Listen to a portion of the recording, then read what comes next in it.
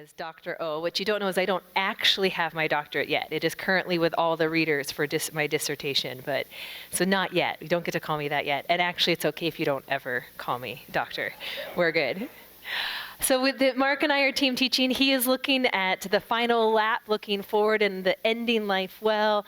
I'm teaching through the book of Ecclesiastes and sort of looking back at life. If you missed last week, don't worry. We'll get a lot of review of last week this morning as we jump from the epilogue to the prologue. Last week, we introduced the book of Ecclesiastes by starting at the end. We looked at the primary theme of Ecclesiastes being the question of meaning and purpose, and Solomon's negative pessimism. That is, he creates this argument about life by limiting it as a negative argument in order to ultimately make a positive conclusion. By starting at the end, we discovered that Solomon doesn't actually conclude that nothing matters, but he actually argues that everything matters. That conclusion, however, comes from the perspective that purpose and meaning are outside of ourselves. And not just outside of ourselves, but also outside of this temporal world. He concluded that true purpose and meaning are found in fearing God, keeping his commandments, and putting our hope in the eternal promise that he will bring all things into account. So today, as we go back to the beginning, we're going to look at the first pessimistic argument, negative pessimism that he uses. And we're going to look at his argument as a whole, and then we're going to look at his argument at the very end under his conclusion that everything actually does matter, and that meaning and purpose come from a life in God. Will you pray with me this morning as we get started? Lord, as we consider today the monotony of life, will you help each of us to bring you the pessimism and the struggles of faith that rest in our own perspectives? Would you help us to recognize the places in our lives where the monotony of life has left us tired? The places in our heart where we are still striving in this world. The struggles in our faith that ask if it really even matters. And would you turn that weariness into the pursuit of finding peace in you? Would you take our striving to find satisfaction in who you are? And would you turn our struggles into hope, that with you nothing goes to waste? Speak now, Lord. Give us ears to hear and eyes to see, so that we might perceive all that you have prepared for us. In Jesus' name, amen. There is an account on Instagram that posts short videos titled "Demotivational Quotes for People Who Hate Motivational Quotes." They posted a new video this week, and of course I follow them because it makes me laugh every time. And this week's video included the following demotivational quotes. "You matter, but not very much. By doing just a little bit every day, you can gradually let the job become completely overwhelming. Failure is the greatest teacher, and everyone has learned so much by watching you. When something good happens, remember, this too shall pass. What doesn't kill you just postpones the inevitable. If you fall off a horse, leave it alone. That was just a warning. Next time, it will probably kick you. And my favorite, don't compare yourself to others. Everyone else really is better than you." In some ways, the opening verses, this first chapter, this prologue of Ecclesiastes, is not so far off from a video of demotivational quotes. He probably could have had his own Instagram account just for the book of Ecclesiastes. Solomon begins, "The words of the teacher, the son of David, king in Jerusalem, futile, futile," laments the teacher. Absolutely futile. Everything is futile. What benefit do people get from all the effort which they toil under the sun? A generation comes and a generation goes, but the earth remains the same through the ages. Chapter 1 first begins with an introduction to the speaker, who we talked a little bit last week, is the son of David, king of Jerusalem, a description that points to Solomon. We remember again the story of Solomon, a man who, when he became king, asked God for wisdom, and God gave him both wisdom and wealth and power. And while the wisdom remained, he became quite disillusioned and distracted by the wealth and the power. So much so, at the end of his life, he struggled very much with his faith in God. And he begins in these first few verses to make his case, his first negative, pessimistic argument that the meaning and purpose, and he begins these first few verses to make his case for meaning and purpose with the overarching premise by which he is observing the world, that it's futile. Futile, futile, absolutely futile. Everything is futile. Other versions more familiar to us read vanity of vanities. All is vanity. He's making a really specific truth claim from what he is seeing and observing and experiencing in the world, and this argument that it literally all is nothing. The Hebrew word is hebel, which means breath or light wind or a vapor. The repetition of the word vanity of vanities, futile, oh futile. It's actually a literary device in the Hebrew language to emphasize that it is the most futile of all futility. It is the most vain of all vanity. It is the most empty of all emptiness. It is this great hyperbole about life, this truth claim about the meaning of it all. The word refers to something that passes quickly and completely with no results. It is something that fails to satisfy. It's emptiness, futility, a vapor, something that vanishes quickly and leaves nothing behind. Everything he says is just that.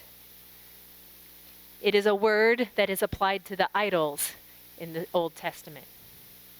And it's a word that Solomon will apply to work on earth, pleasure, wisdom, the life of man, the stages of development, length of day, wandering, death, desires, possessions, moral warnings, the government of the world. Literally everything he says is just a vapor, here and gone, and leaving nothing behind. Barnes writes that Solomon speaks of vanity not in scorn, but as a worldwide existence. It is his first premise, his first truth claim. Nothing is as it seems. Nothing provides what it promises. Everything leaves us with fear and sorrow. Vanity, meaninglessness, emptiness is the only certain thing. The only thing that we can be sure we will find in this world. If that isn't demotivating enough, he goes on.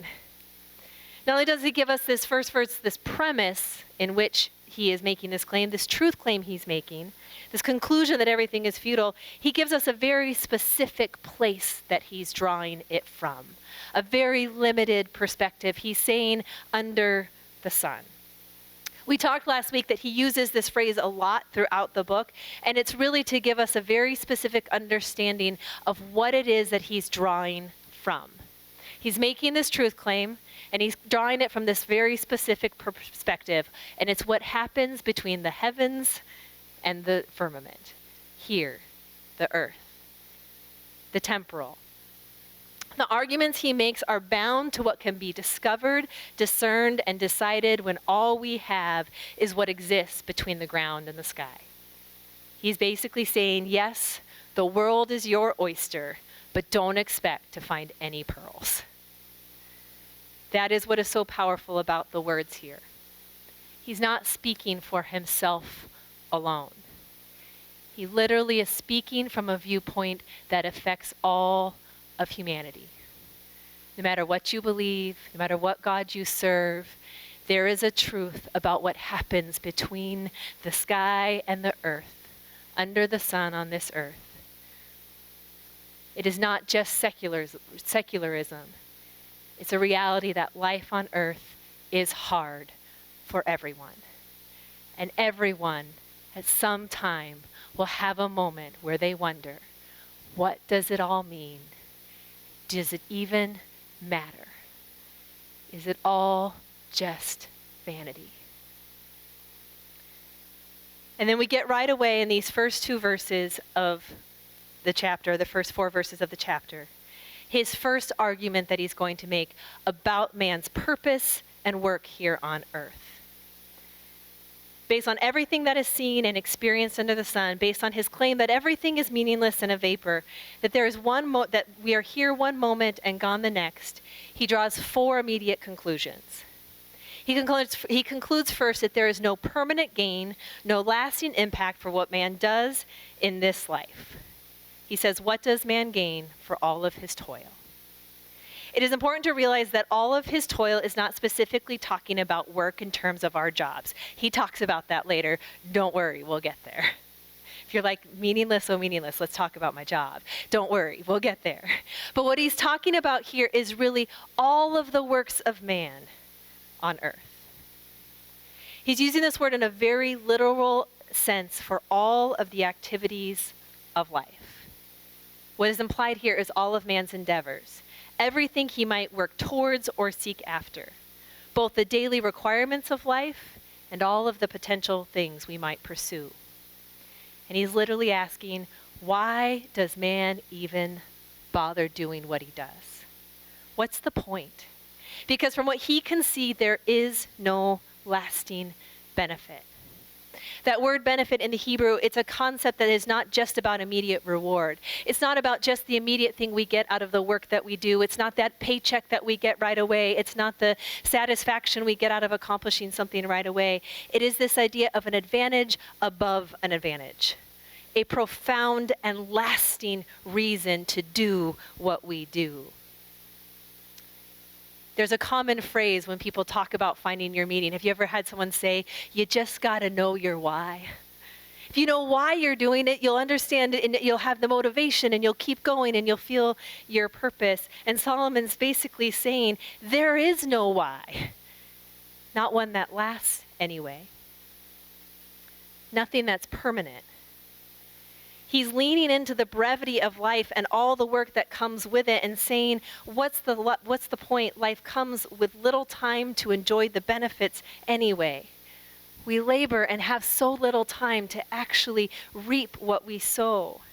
There is great effort in this life, but man is here one day and gone the next, and everything gets handed down to somebody else or lost forever. There's nothing permanent or lasting to gain. What should be qualified and quantified as success in our life doesn't feel like anything in the end. If you've ever done the laundry, you know exactly what Solomon is talking about. Right? You get to the bottom of the pile and then your kid takes off their socks, right? And that's all it takes, that we're starting all over. Why do we even bother? You saw the pile of clean clothes in the bottom of my closet, you would know I don't bother sometimes. But based on this observation of life here on earth, he proposes not only is it futile because there's no permanent gain, he also proposes that it's futile because it's exhausting, wearisome. He uses the word toil specifically. It's a word we all know in its origin from Genesis chapter 3. And it's associated with the curse that came upon mankind when Adam and Eve sinned. Work is now labor, and labor is now work. It speaks of effort and struggle. The word toil literally means hard work. One commentator even refers to it as labor to the point of exhaustion with very little fulfillment. Not only is there no permanence to be had, what is found in the effort we put into this life is just exhaustion. We invest in this life, and all that is received in return is we're just really tired. Have you ever been there? Getting up, going to work, caring for your family, spending time doing the things you enjoy, and all you feel at the end of the day is an overwhelming sense of fatigue. When all we have is toil, we find ourselves so tired that we don't even want to sleep because it means we have to get up the next morning and do it all again. It's futile, he says. Man puts so much in and gets nothing back except fatigue. Which leads him to his third conclusion in these opening verses, that there's also no satisfaction. There's never a point at which everything is perfected and everything is complete. There's never a moment on this earth that the work and the needs and all the things are satisfied. Generations come and go, he says. There is life and death every day, and still it repeats and goes on. The work that is done in one generation has to be repeated in the next one. There's no memory of what is past. Nothing is ever complete or finished. Nothing is satisfied. It just has to be done again. No matter how much each generation toils and labors and works and passes on to the next, when they leave this earth, there's nothing to show for it except that we all have to keep going and doing the same things that were already done. And so he finally observes, when considering life here on earth and all the endeavors of man, our last demotivating quote of the morning, when considering the vanity of it all, is that there is nothing new. But the earth remains the same, he writes. Even though the generations come and go, the earth is the same. There's nothing to distract or save us. It is the same toil for those who come after us, from generation to generation. The reality is that the demands of life never change. The responsibilities never change. The earth remains the same. It's the same resources, the same opportunities, the same problems. Nothing is actually getting better. We want so much to leave things better for the next generation. We talk about that, but Solomon says that there is no better version. Nothing actually ever changes. It's all the same, from generation to generation. Are you motivated yet? He presents in these opening verses these four premises, and then he goes on to support them, to prove that they're true. He gives us a little bit of a metaphor in the earth and the nature that we see. He gives us parables that confirm, and then he talks about his own life. Even in nature, he says, nature both parallels the futility of man's life on earth, and it acts as proof that even though man comes and goes, the same futile cycles exist on the earth that remains. In verse 5, he says, the sun rises and the sun sets. It hurries away to a place from which it rises again. I love this idea of the sun hurrying away. It literally it can be translated hastens, or it refers to labor. He's describing the rising and setting of the sun as though the sun is literally running and laboring to get up and get down day after day. He's describing the sun like an exhausted track runner, circling again and again. You can almost imagine the sun panting as it comes up in the morning, having to rise once again, having just setted. And he's saying, do you see that in nature? Even if that's all we had, it speaks to the same monotony and exhaustion and repetition that man experiences in this life. No matter how many times the sun rises and sets, no matter how fast it races, it is never satisfied with one last rise or one last set. And it's never new, and it never profits in the next day for what it did in the day before. And not only the sun, having looked from east to west at the sun, he says, look at north to south and the winds. The wind goes to the south and it circles around to the north, round and round the wind goes, and on its rounds it returns. It played on the same idea of the sun rising and setting in endless exhaustion and repetition. So the wind blows in repeating circuits over and over again. And while the winds are always changing, they are also always returning to the same place that they started. They epitomize the ultimate vanity.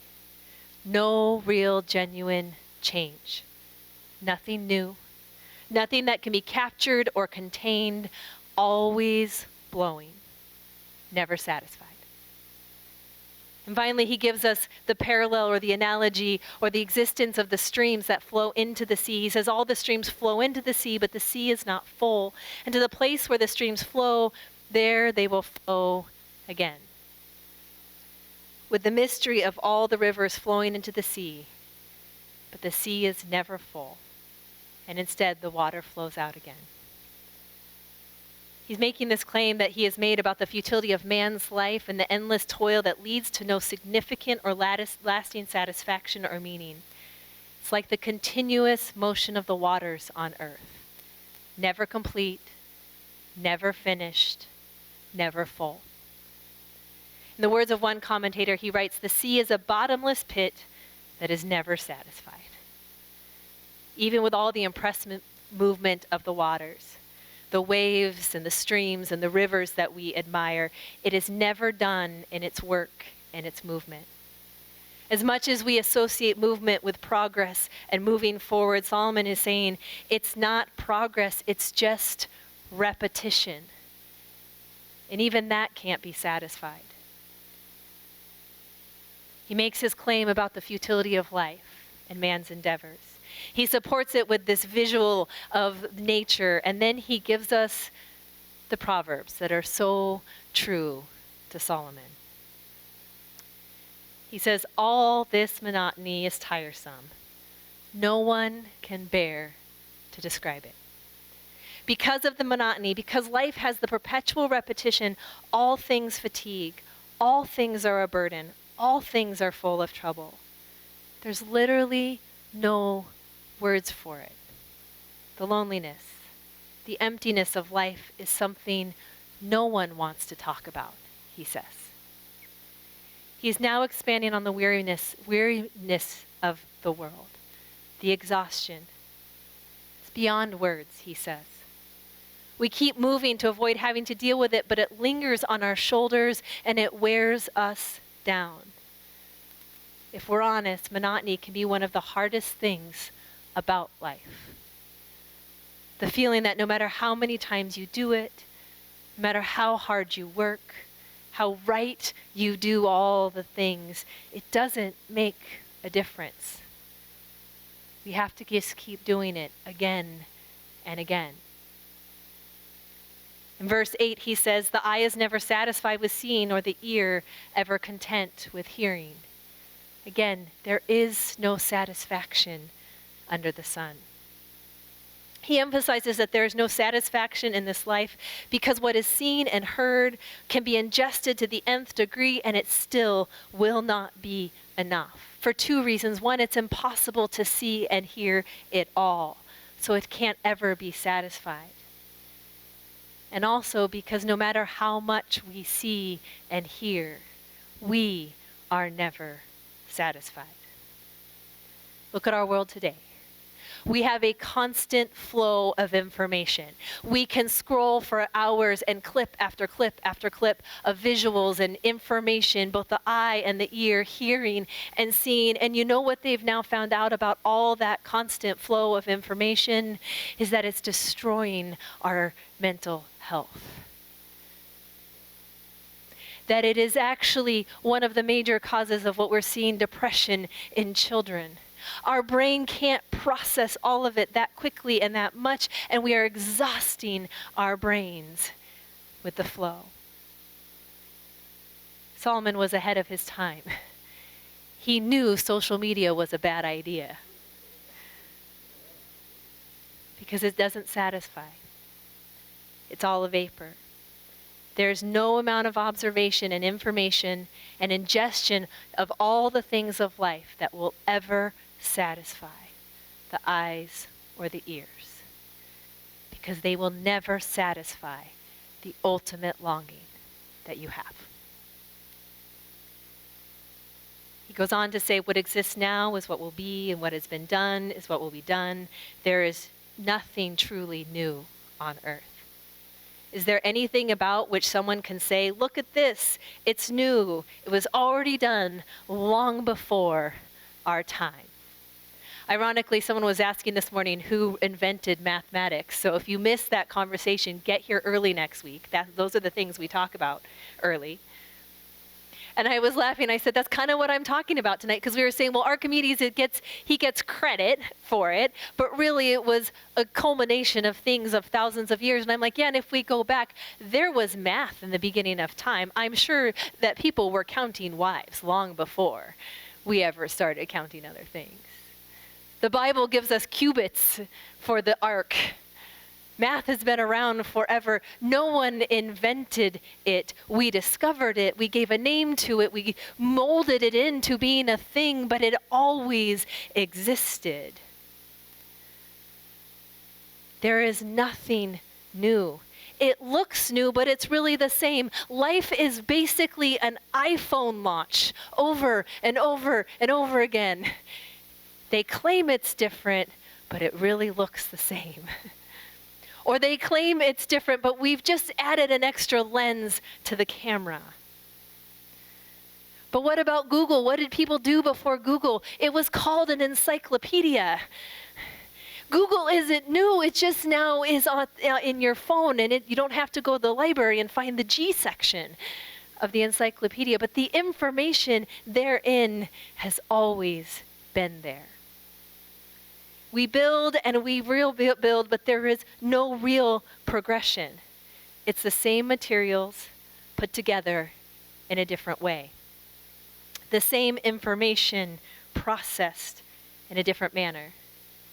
We discover, but we don't really invent. Because when you get back to where did all the materials come from?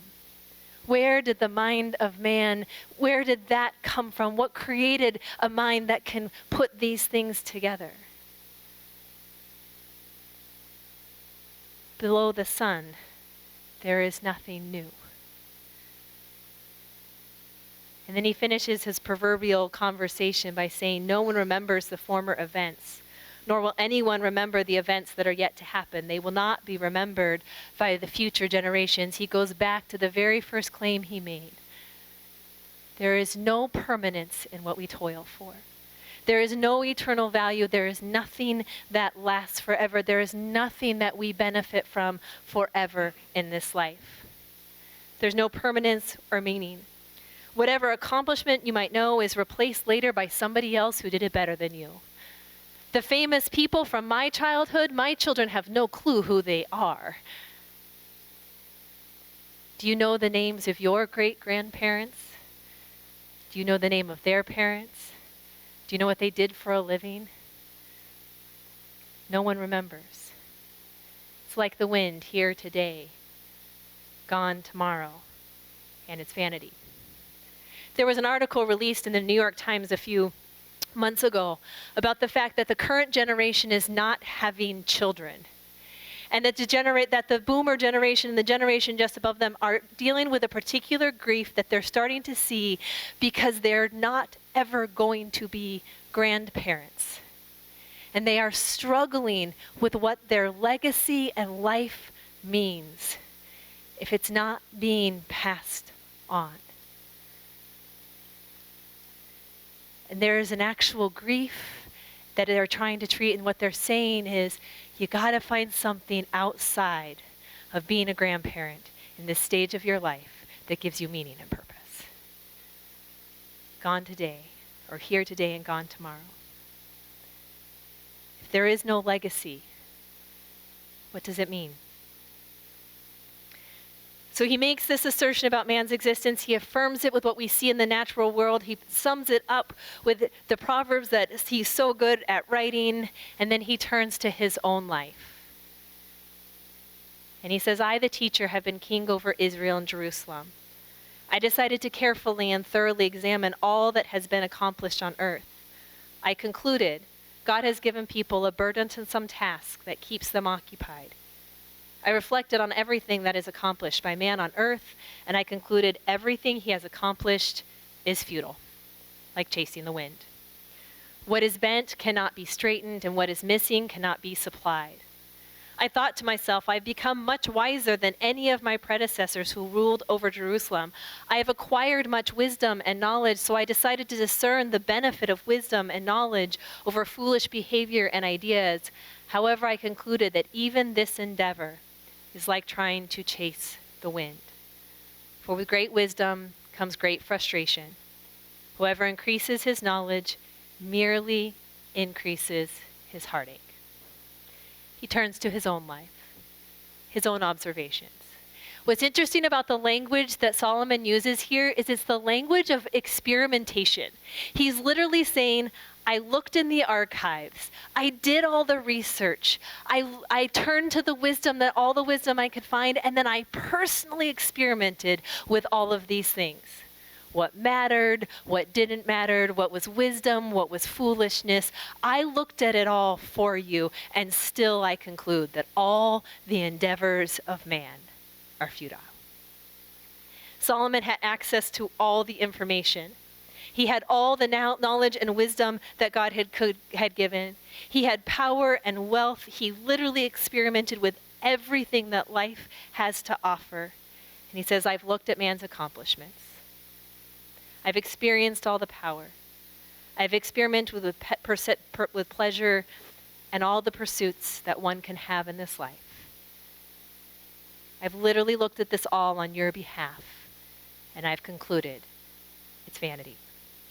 It's like chasing the wind, pointless, impossible, unable to be satisfied.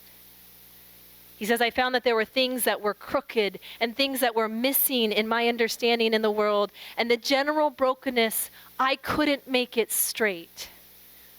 And the things that were a little bit empty, I couldn't fill. There were things that could never be made right or satisfied. And in the end, what it brought was frustration and heartache and weariness. This is the reality of life under the sun, if that is all we have. This is the conclusion that comes from the premise that everything is futile, without meaning and purpose. This is the battle that I guarantee everyone around you is struggling with, whether they tell you or not. This is the battle that when our faith wavers, when our lives get hard, when we feel the monotony of this world, like we are running on the hamster wheel and nothing is getting better and nothing is turning out the way that we expected and the success we anticipated isn't there, this is where our faith is also tried. But in looking in his own life and experience, we find the first mention of God. He says God has given people this burdensome task.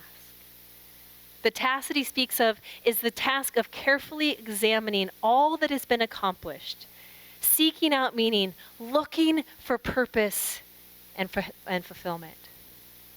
It's important to note that he uses the word God 39 to 41 times, depending on who you talk to. We'll just say 40.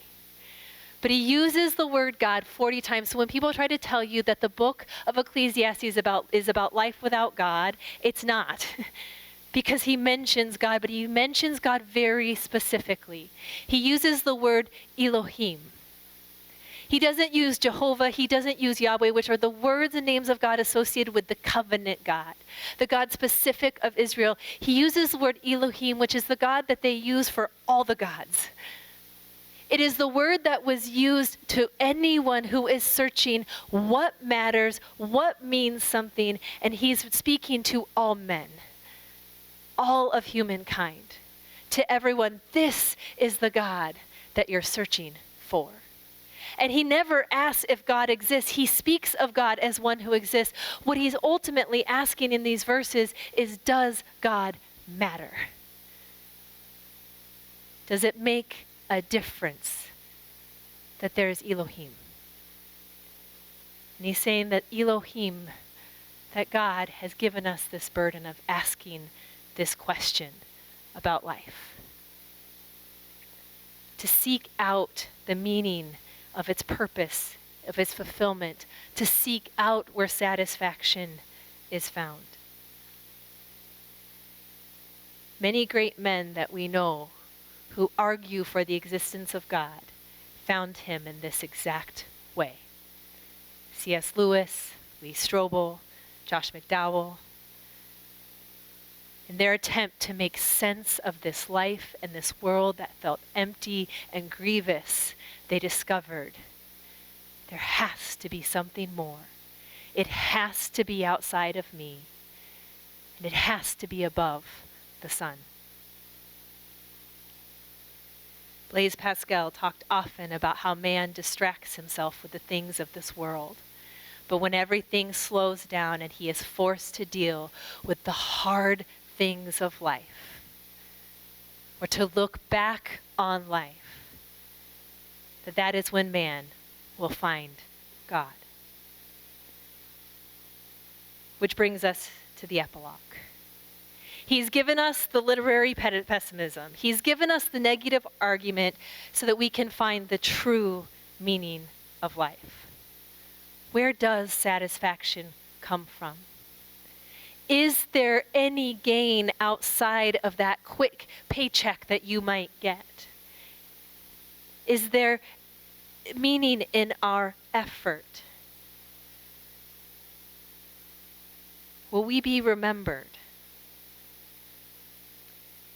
He gives us life apart from God so that we can see the futility of when we view this world without him, and we can bring the God-connectedness back to our understanding. Does God matter? Does the emptiness and meaningless mean anything? Does anything matter when we consider God? We're surrounded by sound bites of life that try to give us meaning. I went kick sledding yesterday. If you've never been kick sledding, don't. It only cost us $6, and I will tell you it was about $6 worth of entertainment.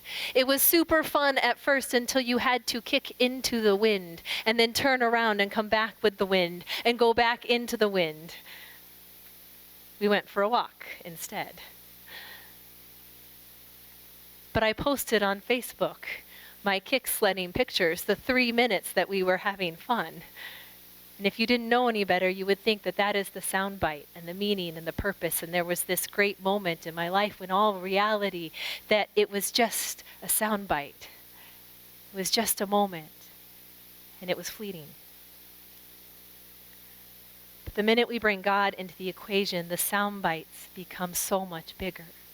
The picture becomes above the sun. The equation of God changes everything. Solomon told us there's no eternal value. There's nothing lasting. For all of man's labor and toil, there is no permanence in the value. Will you add God to the equation? Jesus says, lay up for you treasures in heaven in Matthew 6, where neither moth can destroy. There is a laboring with God and for his kingdom that is permanent. Even in the monotony of life, not that we have to fold the laundry for Jesus, but man, we can pray while we fold the laundry, and all of a sudden, folding the laundry has eternal value.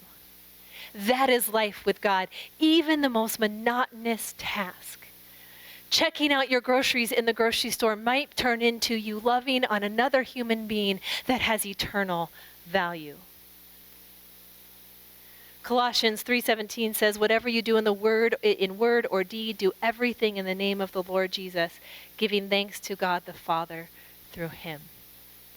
There can be eternal value in everything.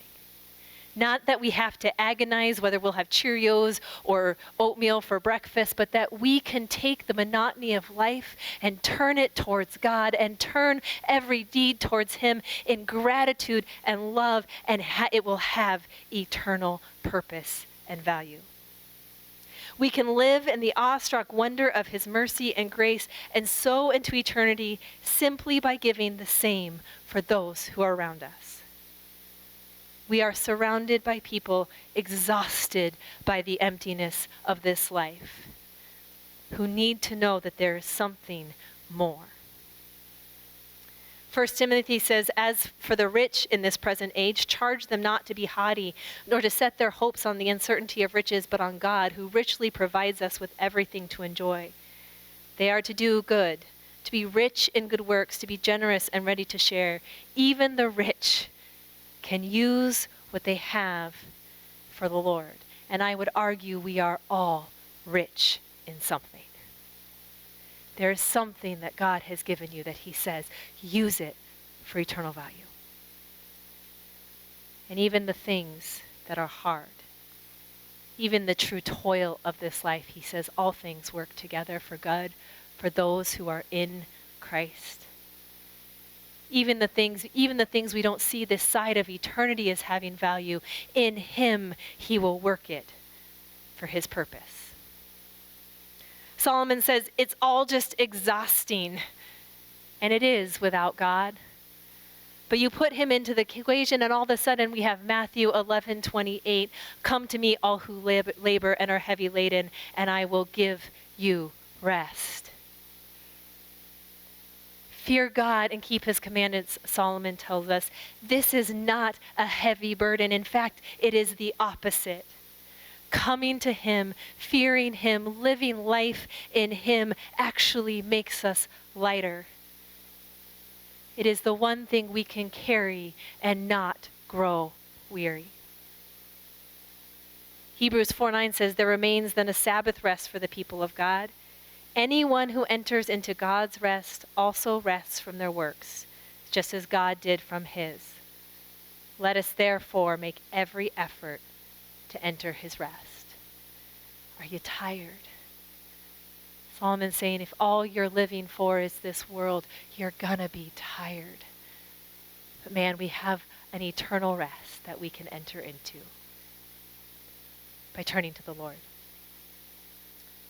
The one who in Psalm 23 makes us to lie down by green pastures. Solomon says there's no satisfaction. Isaiah 58 says, and the Lord will guide you continually and satisfy your desire in scorched places and make your bones strong, and you shall be like a watered garden, like a spring of water whose waters do not fail. Not only is there satisfaction in the scorched places where there is literally nothing. God can satisfy us. Jesus said to them, I am the bread of life. Whoever comes to me shall not hunger, and whoever believes in me shall never thirst. The only satisfaction that is complete and whole is found in him. What no eye has seen, what no ear has heard, and what no mind has conceived, these are the things that are found in what God has prepared for those who love him. Nothing here on earth will fill or fulfill what only God has. When we have him, we have enough. His grace is sufficient. He gives us all that we need for life and godliness, and promises that eternity is waiting, where we will be forever filled. Lastly, and maybe most importantly, Solomon says, there is nothing new. The crooked things cannot be made straight, and what is empty cannot be filled. God says in Isaiah 43, see, I am doing a new thing. In 2 Corinthians 5:17, Paul writes, so then if anyone is in Christ, he is a new creation. What is old has passed away. Look, what is new has come. Romans 6, for we have been buried with him through baptism into death, in order that just as Christ was raised from the dead through the glory of the Father, so we too may live a new life. Revelation 21, and the one seated on the throne said, look, I am making things new. This is the hope we need for the monotony of life. This is the hope we need for the wearisomeness of life. This is the hope that we need for the life that doesn't satisfy. That whatever we're struggling with, whatever feels like it will never get better, God says, I make all things new. If we had all the resources of the world, they wouldn't be enough to make even one thing new, but God makes all things new. It removes hopelessness. You see, when we believe that nothing can be made new, anyone who's in addiction is stuck in addiction. Anyone who's made a mistake will pay for that mistake and live in that mistake and have to be sad and shameful about that mistake for the rest of their lives. There is nothing more hopeless than that. And yet in God, We have hope that all things are made new in him, so that nothing is vanity, nothing is meaningless. Newness is possible. You are not stuck in the monotony of life. You are not hopeless without purpose and meaning. You are not empty. Does God matter? Yes. He changes everything. So we fear him and we obey him. We are loved by him and we love him and others in return. We find our wholeness in him. That is Solomon's whole point. And we remember that he holds eternity, that he can bring value to all things. He can heal all things. He can make all things whole and all things new, so that there is eternal value, even in the things that once looked and felt helpless and hopeless under the sun. A Jewish writer described life as a blister on top of a tumor with a boil on top of that. Carl Sandburg, an American poet, wrote, he compared life to an onion. He says, you peel one layer at a time and sometimes you cry. Woody Allen said, in real life, people disappoint you. They're cruel and life is cruel. I think there's no win in life. Reality is actually very painful. Tough thing that you have to learn and cope with in some way. What we do is escape into fantasy, and it just gives us moments of relief. Those are the demotivational quotes of people who only understand life under the sun. I had a friend named Katie who recently passed away of ovarian cancer. And in her final days, she was sitting with the chaplain and she had two questions, and I love her two questions. Her first question and her first fear was, what if this really is all that there is and I never see my children again? Because for Katie, her whole life, her whole purpose, her whole toiling on this earth was for her children. And her second fear, her second question, what if I get to heaven and I don't know anybody? Which I thought was pretty great. But I'll tell you what, that is the searching of the heart of someone who knows God changes everything, and they want to know what meaning and purpose and eternal value there's going to be when they are gone. And I will tell you something, I went to Katie's funeral, and the walls were lined with not just her kids, but the friends of her kids and the friends of their friends, because she loved the Lord. And Katie was one of those people, if you asked for the shirt off her back, she gave it to you, and then she took you shopping for more. She lived in eternal value. Will she see her kids again? Yes. And will she see other kids? Is she going to know a whole lot of people in heaven? Yes, because she poured and sowed into eternal value. That's the motivational quote we need. That's the seeking we need to do in our own hearts. Solomon said, vanity of vanities. Futile, oh futile.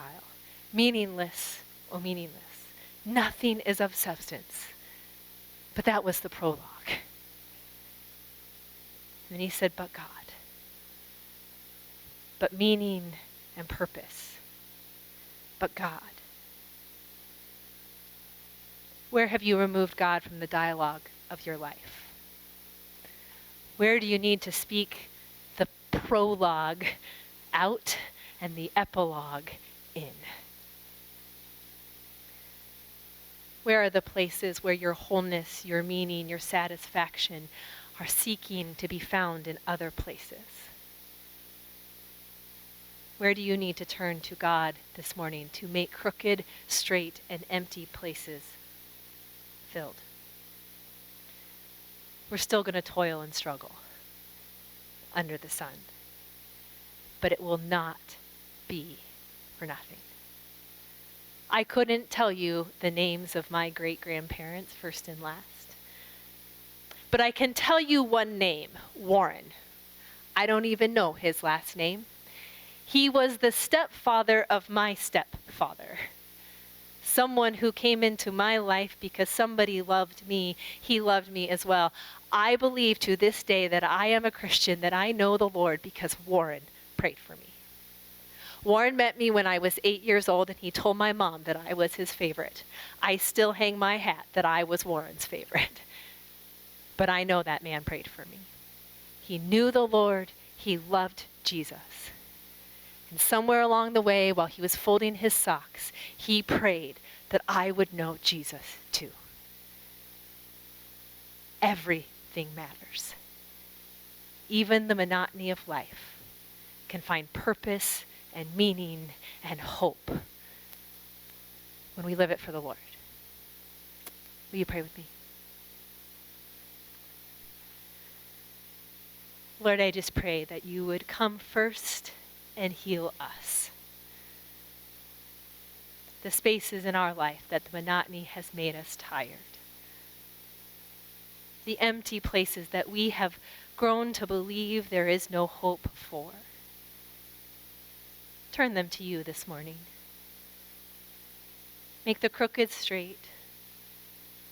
Fill the empty space, that we might fear you and keep your commandments and begin to live with eternal value and purpose. Because, Lord, each one of us now is here for a reason. We are surrounded by people who are searching and finding only futility. Heal us, Lord, and then send us to be those who pray while we fold our socks and speak life into the person who checks our groceries, who pours not only into our own children, but to the friends of our children and their children. Make us a people who sow into eternity, who look back and know that all things have truly worked together because we have loved you first. In Jesus' name, amen. We love you. Don't run off. Next 2 weeks, Mark will be back in 2 Timothy. And then we get to look at where happiness comes from and time. So lots to look forward to. Have a wonderful rest of your weekend.